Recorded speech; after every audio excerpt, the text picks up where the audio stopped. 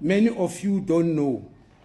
It's me and the Kaiser and the advocate who know that we nearly had a Babita Diogoran, or that there was another Babita Diogoran look-alike in Home Affairs. And it looks like the modus operandi is the same. And because I'm going to make proposals on what I think should be done, I think I need to outline these two cases. In Home Affairs, our Babita Diogoran was a gentleman who was commonly known as Mr. T. It's not because of your legalities, advocate. It's because he has got a very complex vendor name which will twist the tongues of those who are not from Limpopo. So they just call him Mr. T. He was working at the biggest refugee reception center in the country. And he discovered corruption there. A very diligent gentleman who hates corruption with all its manifestations. And when he testifies against an official, that official is gone. There's no way you'll survive. He's very diligent. He keeps records. If he appears in front of a tribunal or whatever to testify, you are gone. And the so-called small fish, people who are working in that reception center, are very, very junior, as you're saying, advocate. This small fish decided, just like here in Tembisa, they decided that Babida must go, must be removed forever.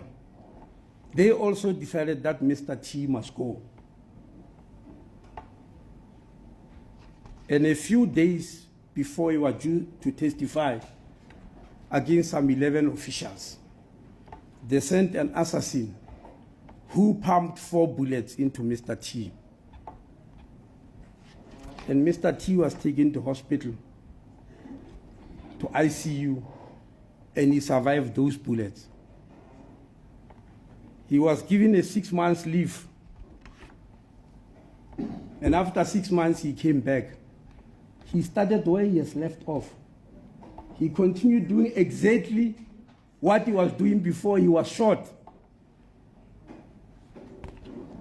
And 2 days before he was due to testify again, 2 more bullets were pumped into him. And just like the first 4 bullets, he survived them. Mr. T survived. And how I knew about him, we had a very strong counter-corruption unit in Home Affairs. They just told me that there is a Mr. T who has just retired minister, and this is what happened to him. And we want you to visit him, and so that he must realize that he has not been thrown away or thrown to the wolves, because he's in hiding. I visited Mr. T, as you remember, advocate. I sat with him for 2 hours. When he finished his story, I said, wow,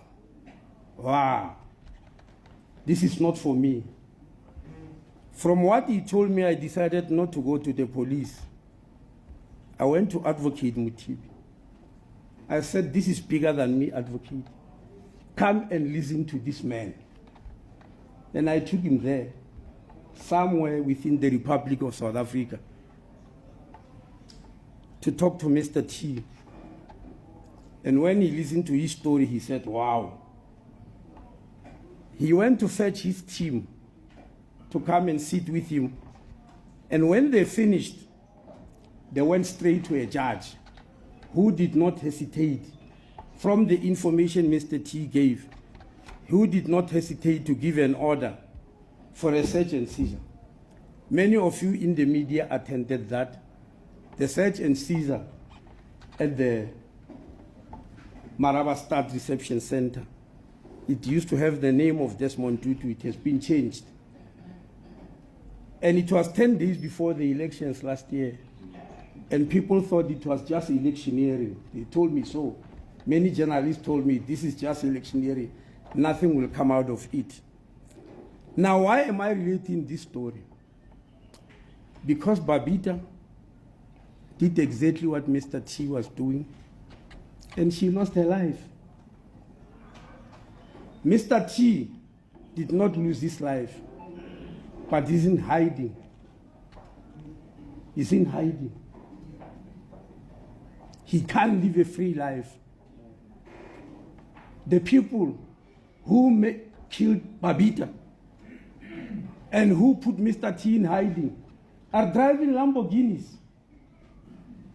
Lamborghini Urus and the ones you couldn't pronounce, advocate. They are living a free life. Now, what type of country are we going to become?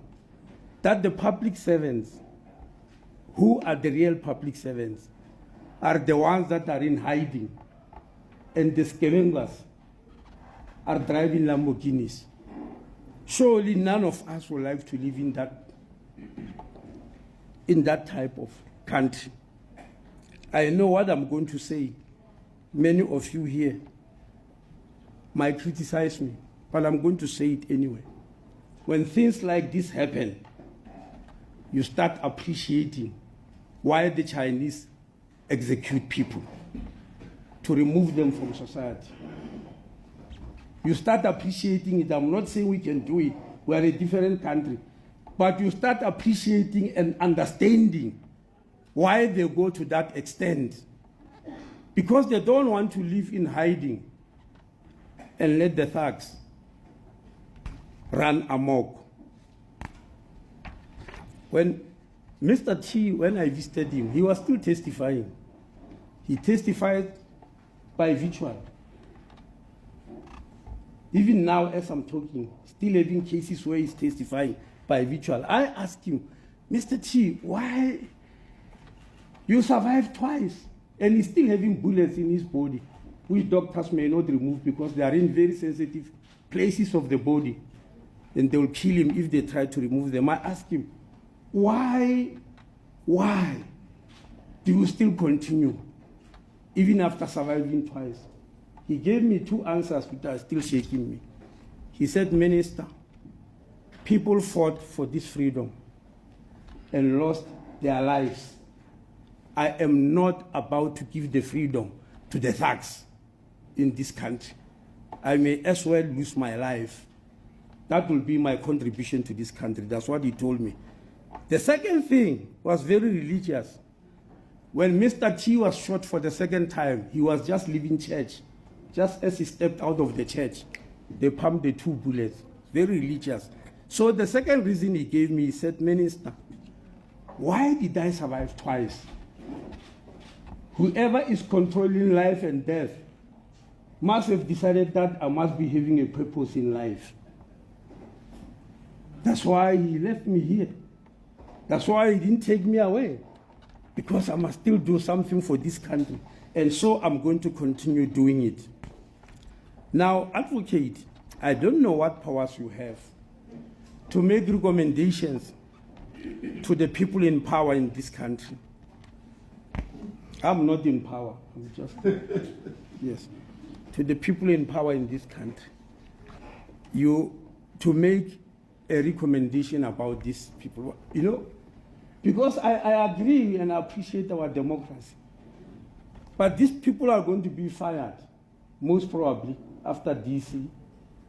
If people are going to testify are like Mr. T, some might be arrested and sentenced, but they are going to get parole and come back and enjoy their Lamborghinis. They are going to get parole. Others are already getting bail. So will all these exercises help us? You have referred cases to me, and I cherish that. Does it help us or does it help the country?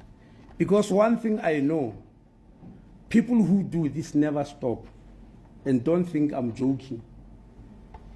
And the story, another story of small fish. In Home Affairs, we used to have a post level 6 worker. Those who don't know what level 6 is, a DG is level 16. So you can imagine level 6 is down there, like you are saying, Lex. This man, unfortunately, he comes from my province, level 6. He used to have 5 luxury cars, among them a Porsche and a Mercedes, and a huge house somewhere in Raskororo in Limpopo, with a garage for each of the cars, because he was working with people who want to come into the country illegally, rich people who were paying him, by manipulating the movement control system. Now, when they ask him, advocate, you are a lawyer, you know, this laws we've made. There's a law called Pajaman, where you tell a thug, what do you say if I arrest you? Something like that. They call it Paja. Yeah, the letters which you write, they call them audio. Yes, we have lost many cases because of audio. You are telling a thug that we know what you are doing. Can we do it? And you accept them, you know. So this man was asked, can they remove him from the movement control system? Because he had some codes. You know what he said? He said, yes, take this thing of yours because I'm not going to be able to stop what I'm doing. And they thought he's very arrogant. And when they told me the story, I tried to analyze for the whole night. And I came to a conclusion why this fellow say he can't stop. Look at these people. Lamborghinis, what? Property. How do you maintain that? You can't stop. That chap, how was he going to maintain it? You can't stop. Some of them, I'm sure, have already got children in very expensive private schools and all that. How are they going to stop? And why am I emphasizing on that? The only way for us to stop them is to remove them from society. So remove them from us. That's the only way that to stop. Otherwise, they will still continue. Because even here, I'm sure after Babida died, they still continued. Even after Mr. T survived, they still continued. So I'm calling upon advocate and support me and the Premier that Babita Diogoran and Mr. T must be given national orders, even though with Babita is posthumous, obviously.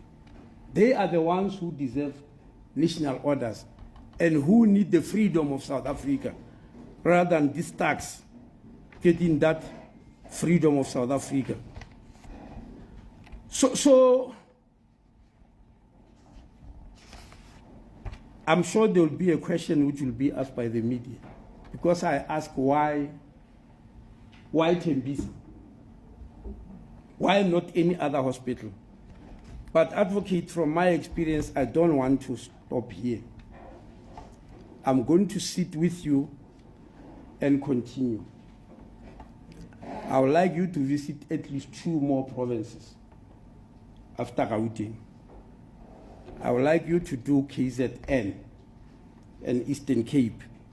I'm not saying the others no, but I would like you to do that, and we'll sit down and I'll show you why and where and how it must happen. But as to the junior officials here, you need to help us with your power, because SIU have got power, and the powers that be.